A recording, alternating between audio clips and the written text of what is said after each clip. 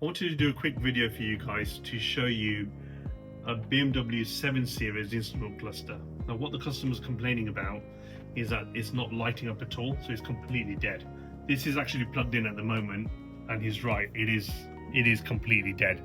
So what I'm going to do is I'm going to give this cluster to the techs to have a look at, and I will show you the finished result.